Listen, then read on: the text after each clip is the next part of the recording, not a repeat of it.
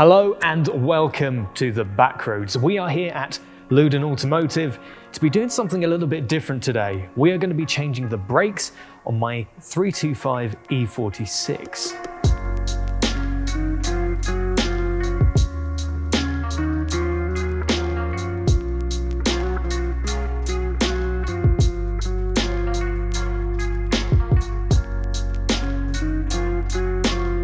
Now, working on cars can be a little bit daunting for a first-time tinkerer, so I'm going to be seeing exactly how hard it is to change the brakes on your car for the first time.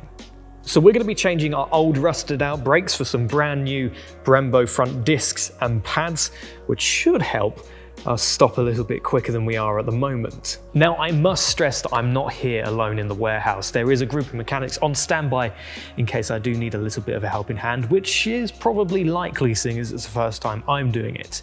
But that's the point of this video. We're going to discover exactly how hard it is first time. So with all that said, let's get to work. First, you'll be wanting to remove your wheels from the car. So now that we've got the wheel off, the next thing is to actually start work on the caliper. Now the first thing we're going to need is a flathead screwdriver to take off this spring right here.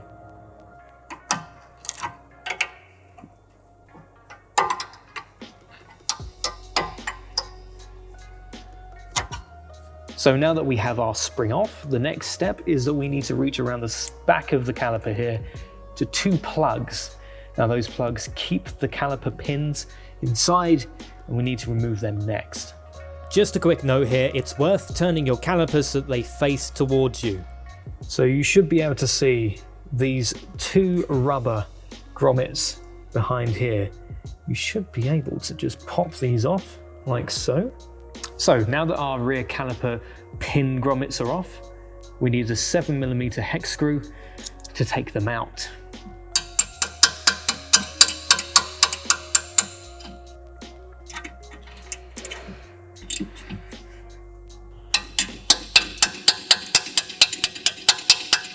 I cannot get these pins to budge for love nor money. You're not cursing yet. I know, not yet. Well, I've got to be on camera, haven't I? You see? Now at this point I felt it best to bring in the cavalry, and Luke's mechanics very kindly gave me a helping hand. A bit tight. Hey, there we go. Now that the top bolt was loosened, I opted to get a little bit more leverage for the lower bolt. These can be tough to shift, so don't get too annoyed with yourself if you struggle. Next, I'd strongly suggest that you use a flathead screwdriver to pry back the piston into its furthest back position. Once the pins are removed and the piston pushed back, it should slide off. However, I am about to make a very sinister discovery about my brake pads. What the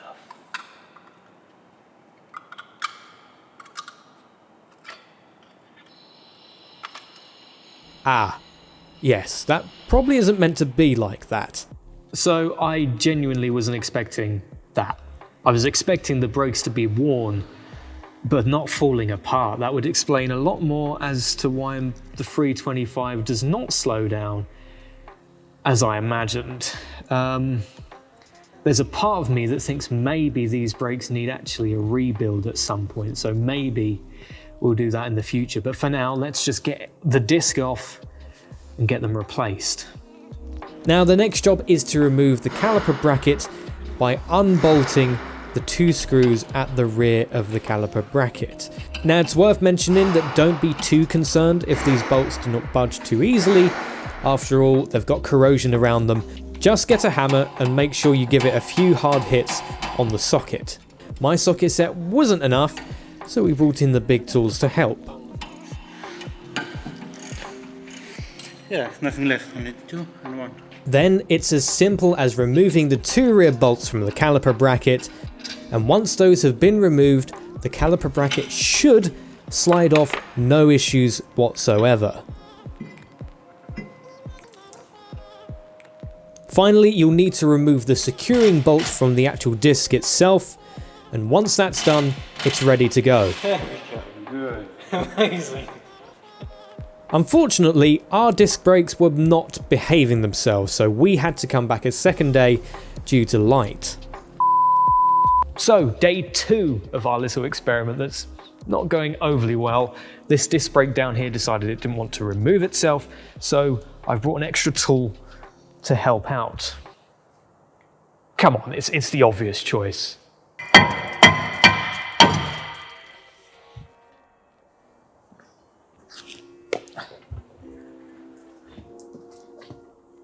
It works. Oh, look at this. If it would focus, look how crusty it is on the inside there. You know what, I'm actually very surprised. And let's see if it can get in focus. There we go. That these have not cracked. They're an absolute mess. So now that we've actually got our disc off, the next job is to clean up all of the contact areas. Now I've got some wire wool and some sandpaper and a fine wire brush, and that should do the job. Now, I would like to mention that when you're sanding back the surface area, your intentions aren't to bring it back to bare metal. All you're doing is removing the surface rust so that the brake disc has a nice area to go onto. Now we're just going to give a quick wipe down with some brake and clutch cleaner, just so that we can make sure all the contact area is free of debris and anything that could get in the way.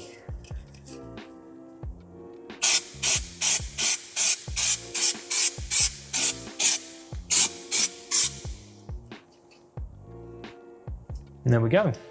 As you can see, I've also cleaned up the contact points on the caliper bracket, and you also have to try and get in focus inside here, and I'll do a close-up of that for you shortly.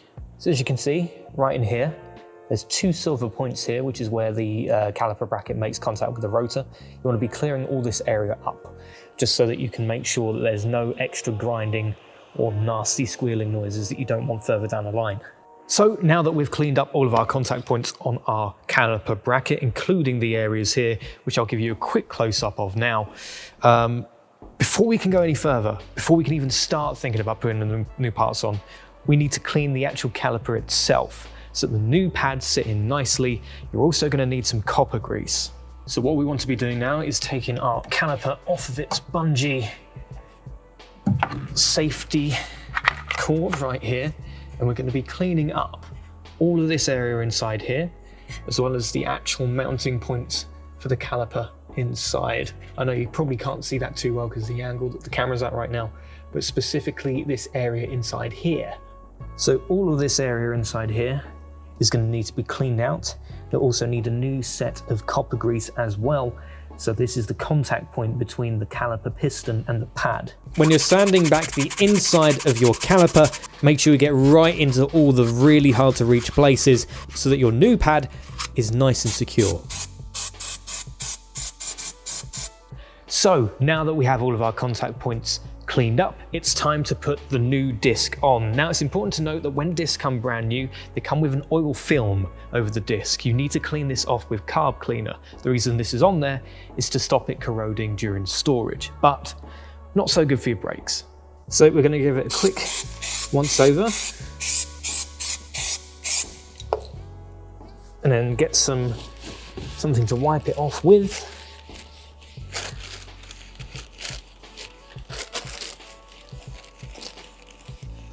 Like so. As you can see, all of that lovely oil is now coming off. Do the other side as well.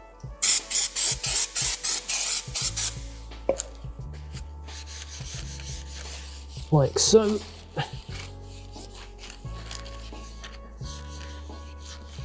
And that is it. One nice, shiny new brake disc. Okay, so next up is the actual job of putting the disc back on. Now, you want to make sure that your center fastening screw is up the top here so you can line it up with your disc. You just want to put it on slowly, and then it should slot into place like so. You're going to need your 6mm hex screw adapter, and also you are going to need your fastening bolt, if it actually focuses. You gonna focus? There we go, your fastening bolt.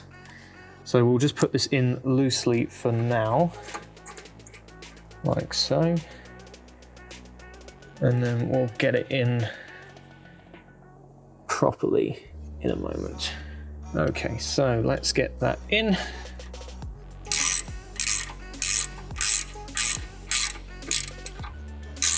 Make sure it's all nice and secure. Yep, it's not going anywhere. And that's the disc now on. Okay, so next up is actually putting the caliper bracket back onto the car. So we need our 16mm bolt. I'm going to slide this in right here, and hopefully, there we go. Happy days, no worries. We'll put these in loosely first, and then we will tighten them up with our socket set in a moment. Cool, all done. And then let's quickly take this off that.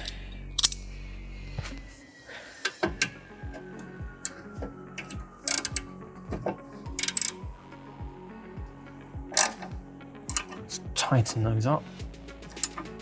Cool. And put you on there. Cool. Right, that's not going anywhere now. Okay, so now that we have our caliper bracket back in place, it's now time to put some copper grease on our lovely new Brembo discs. Now, specifically, you want to be putting, let's try and get it to focus here, on the edges around the top here. Same as well as the bottom, because these parts are in contact with the caliper. So you just want to have a little bit of grease on there in order to make that possible.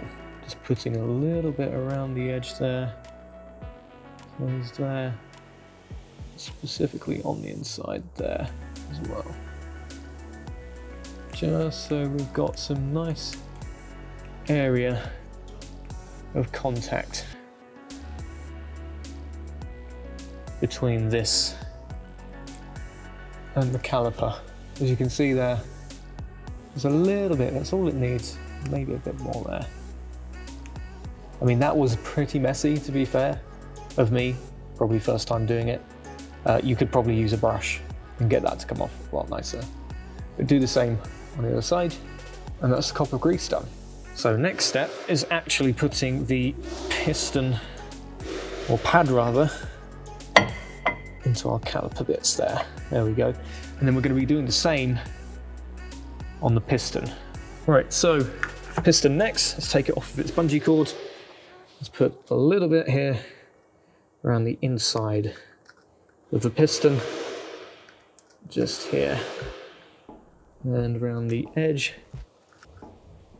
Cool, so that's now all lovely and coppered up as well. Apparently a lot of people like to also put the parts here, put some copper grease here, and some copper grease up there as well. Right, so moment of truth.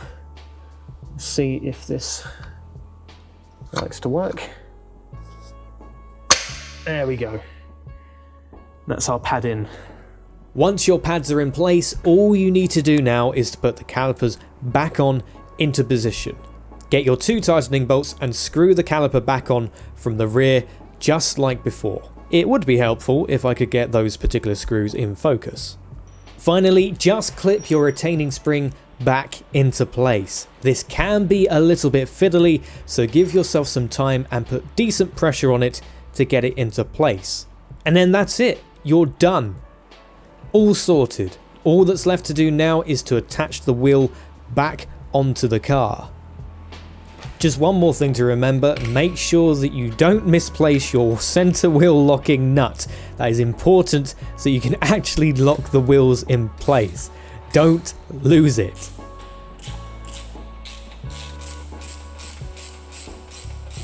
And that's it, you're done. Now don't forget to torque up your wheel nuts correctly to the correct torque settings. It is worth bearing in mind we did this off camera. So what have I learnt from doing the brakes on my E46? Well, one, every single YouTube tutorial is wrong because it shows that nuts and bolts come out easily when in fact they do not. Secondly, for a beginner, yes, I'd say you can do this. However, definitely do your research beforehand, and hopefully this video has helped you out with our journey a little bit along the way. But for now, that is all. If you did enjoy, please feel free to subscribe and leave a like.